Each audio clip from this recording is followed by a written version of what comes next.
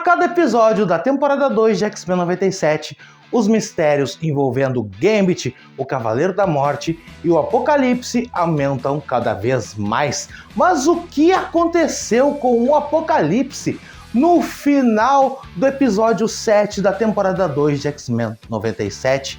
Isso realmente é absurdo. Bora falar sobre esse episódio agora? Quer saber com todos os detalhes? Então, fica aí. Fala pessoal, eu sou Luciano Teixeira e finalmente chegou o momento mais esperado da semana, quando sai o episódio de X-Men 97. Nesse caso, o episódio 7, fazendo um trocadilho direto com dois episódios que aconteceram em X-Men no desenho clássico, porque o nome do episódio é justamente Terra Estranha, Coração Selvagem, inspirado no episódio duplo Terra Selvagem, Estranho Coração, totalmente focado nos X-Men na Terra Selvagem, com a Tempestade sendo raptada ali, tendo seus poderes descontrolados pela entidade Garok. Porém, esse episódio, ele se passa na Terra Selvagem, e o trocadilho é apenas isso, uma questão geográfica, porque a história é completamente diferente, nem sequer a Tempestade aparece nesse episódio. Mas aqui a gente vê os conflitos políticos entre humanos e mutantes acontecendo. E isso é a chave de tudo, que vai ligar diretamente com a terceira temporada de X-Men 97, que eu já falei no vídeo anterior, eu vou deixar aqui nos cards mais pro final do vídeo, com o governo dos Estados Unidos perseguindo mutantes. Isso vai acontecer, mas para isso acontecer, a gente teve uma peça-chave, uma questão fundamental.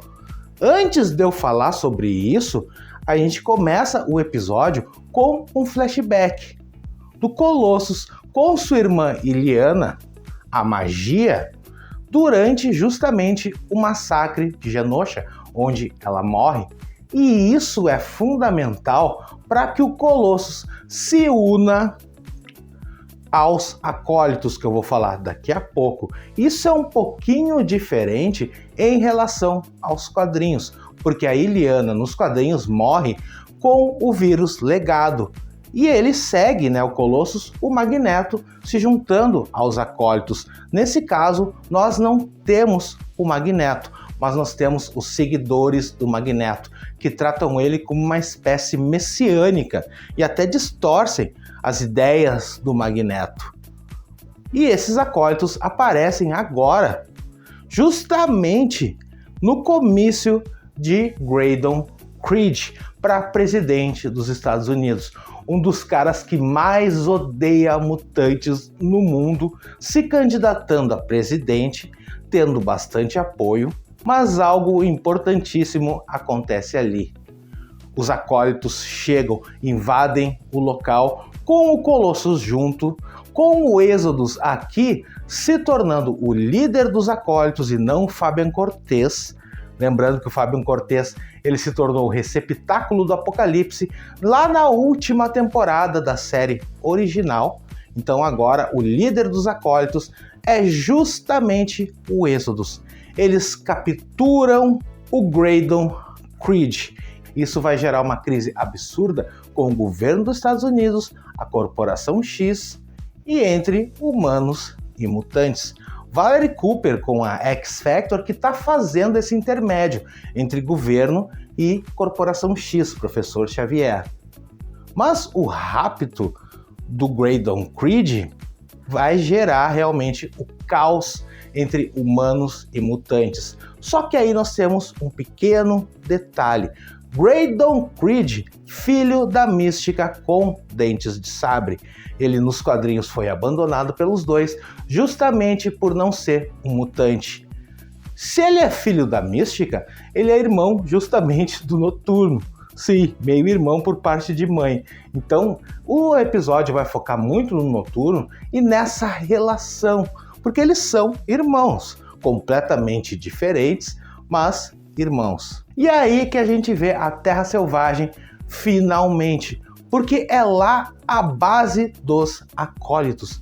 E o professor Xavier envia um grupo de X-Men justamente para buscar de volta o Graydon Creed e evitar realmente uma guerra absurda entre humanos e mutantes.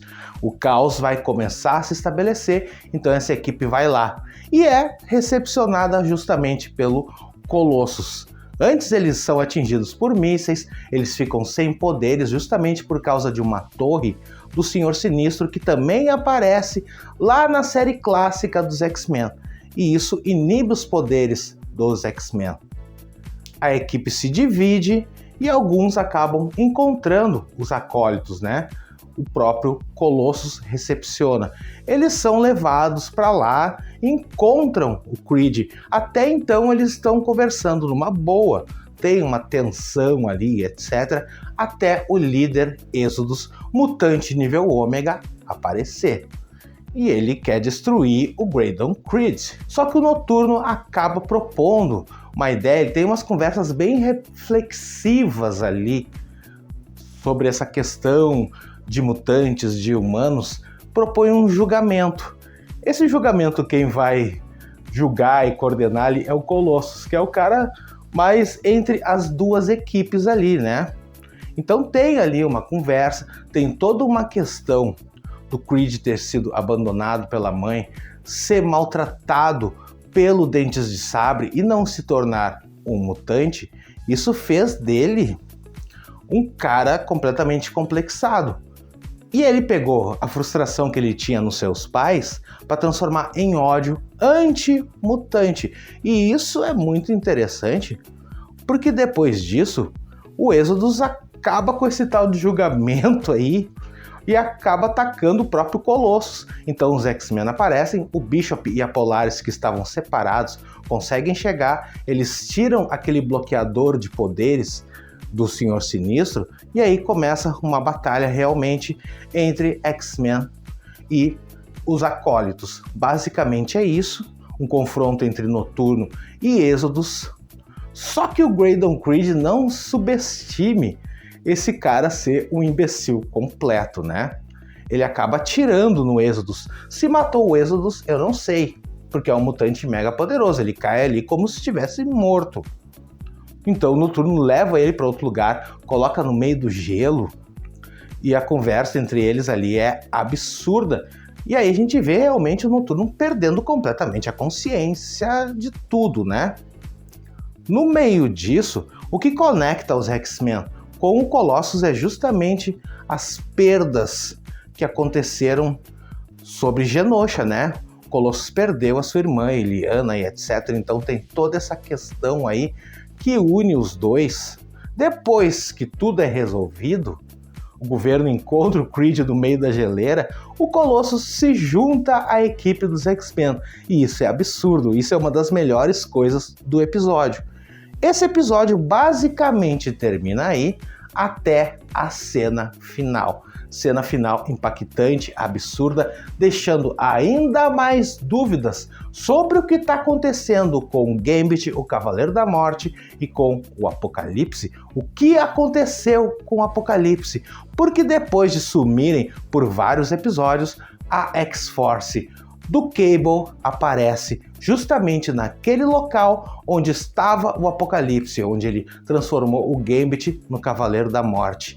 E encontra o Apocalipse ali, todo virado numa caveira, morto, ressecado. O que aconteceu com o Apocalipse que virou uma caveira? Ele foi morto pelo Gambit, Cavaleiro da Morte? Ele conseguiu destruir o Apocalipse? Ou o Apocalipse simplesmente trocou de corpo, um novo receptáculo? Jubileu acaba mostrando a carta do Gambit queimada.